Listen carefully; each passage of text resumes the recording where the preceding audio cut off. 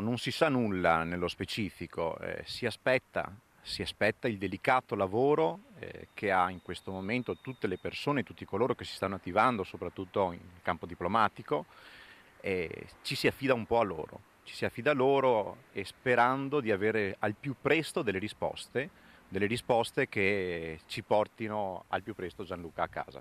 La bandiera italiana accanto a quella della Libia sono alcune delle ultime fotografie che Gianluca Salviato ha postato sulla sua pagina Facebook e che dimostrano l'amicizia verso questa terra che si era creata in questi mesi di lavoro. A Martellago, a casa di Gianluca, nessuno ha voglia di parlare oggi. C'è tutta la preoccupazione di giornate che scorrono lente senza che arrivino notizie. Nessuna rivendicazione, nessuna richiesta di contatto. L'azienda per cui il tecnico lavora, la Ravanelli di Vezzone, ha inviato un proprio responsabile in Libia e promesso anche una ricompensa a chi porterà notizie di Gianluca. Il tempo è un prezioso alleato. Gianluca soffre di diabete e nella sua macchina è stata trovata la sua insulina. Anche il sindaco di Martellago assieme all'amministrazione si stanno mobilitando.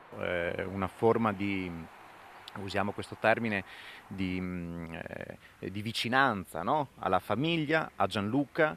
La preoccupazione prima che ha il sindaco e l'amministrazione è la salute di Gianluca, perché come si sa è stato trovato il kit dell'insulina nella macchina e quindi si sa che chi soffre di diabete è pericoloso, ecco, se non ha i medicinali giusti. E questa è la preoccupazione che abbiamo prima di tutto. Le speranze sono quindi affidate alla via diplomatica e anche la famiglia di Gianluca è fiduciosa. Intanto il caso è approdato anche in Parlamento, dove in una interrogazione il Movimento 5 Stelle accusa il Ministero degli Esteri di non tutelare i lavoratori delle imprese italiane presenti in Libia.